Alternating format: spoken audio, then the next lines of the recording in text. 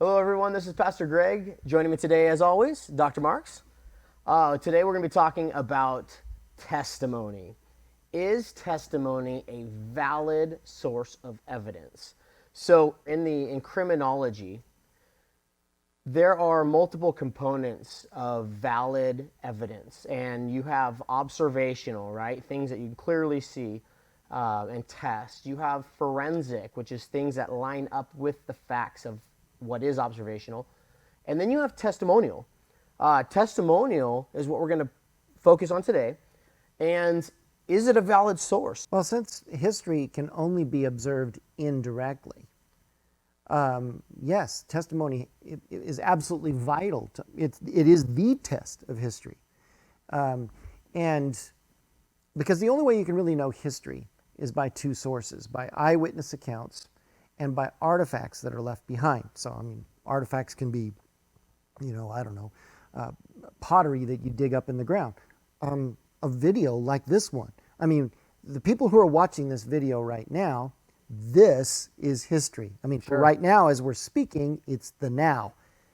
But eventually it will be history. Sure. And so, well, what about then? Well, And they would believe it because it's a but this is an it's a artifact. physical thing, yeah, right? But Yeah. this is an artifact, and that they're using for testimony. Well, the further back in time, you don't have the technology for this kind of an artifact. So we have to have the eyewitness testimony. And even this needs eyewitness testimony because you can and will digitally alter this. Sure. You're going to edit it. Well, then there's, the cameramen and whatnot that can, they really said and talked about these other things that day, you know what I mean? So eyewitness testimony and artifacts are crucial to understanding history. And I think, like, you use the example of video. I think even today, when we see things online, say on YouTube or whatever, for example, we question if those are real because Yep. we've seen so many doctored up videos Sure. that when you see something extraordinary, you're like, nah, it was fixed, you know what I mean? Yeah. And so there's even a skepticism with that. But I want to point out one thing at the very beginning is we can't be so skeptical that we're afraid to believe anything at all. You know what I mean? Well, your skepticism itself is what we call self-defeating. It's like chasing your own tail. Because the person that says, well, you can't trust testimony, well, the person that's saying that, can I trust them? Exactly. Obviously, I can't. Because their statement is a testimony. Exactly. Or so, a truth claim. So it's self-defeating to be so skeptical.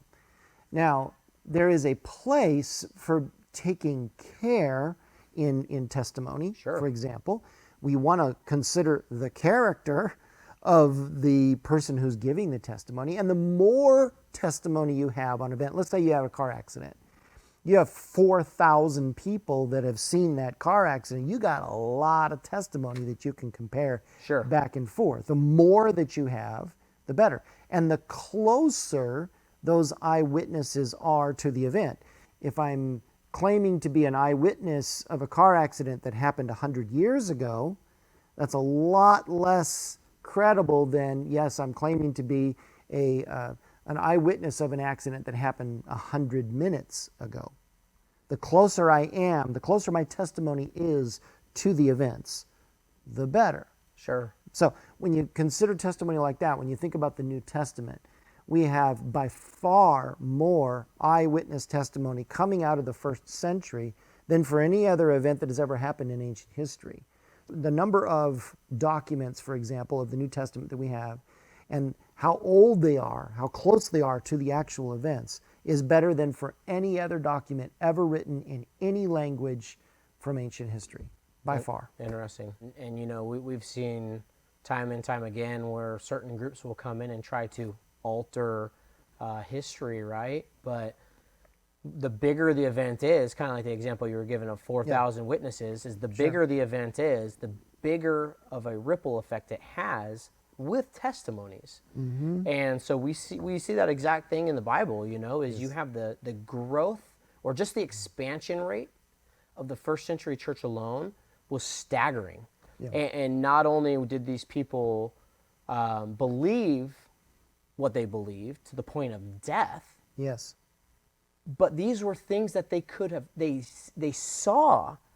So many people will die for something that they can't prove, but not very many people will die for something that they could have proven wrong. Not many people will die for something they knew was not true. Exactly. Yes. You see. Yep. And when we look at the original disciples, the followers of Jesus, not counting Judas, Sure. the betrayer, he was replaced by a guy named Matthias. Of those guys, of those 12 guys, 11 of the 12 gave their lives for their testimony. There is no record in ancient history of any of them ever denouncing Jesus or saying it wasn't true or we made it up. And there were hundreds of other eyewitnesses to the risen Jesus Christ. Hundreds. Yeah, it's fascinating. And no record anywhere. Even under the worst, and you talk about dying for a lie, these people were tortured in the cruelest ways you can possibly imagine. And yet they said, no, I saw him alive. Do your worst. They were willing to do it. Yeah, I mean, that's powerful testimony.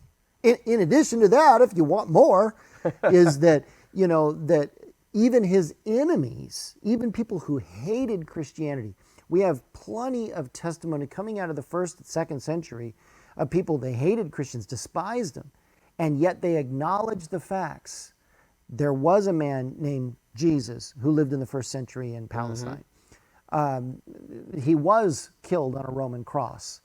His followers claimed that they had seen him alive after these events, and they worshiped him as God. And they were willing to die for that testimony. Sure. That is well known. Even by his enemies acknowledged those facts. That's pretty powerful testimony. Sure. So something may have, or something had to have happened for them to come to that undeniable reality that Jesus was who he says he was. And that's going to be a whole nother video, which is absolutely mind-boggling. But in conclusion, so the Bible claims to be a specific revelation of God, the designer of all things. It lines up with the facts. It lines up what we see in science and archaeology. In Genesis it says that God made things to reproduce amongst their kinds. That's exactly what we see. It seems like life stays in lanes. And that's what we see. We don't see everything mixing. They're in lanes. And what we call lanes, our understanding is continually growing with that, with genetics and such. But we see it in lanes. Yep. End of story, right? That is correct. And with the Bible being a testimony, that's really what the Bible is. It's a historical account of a testimony. And so that's why we talk about that. So testimony seems to be a very valuable source of evidence. Yeah. When you have multiple testimony from credible eyewitnesses, and the closer that testimony is to the events in question, the better it is.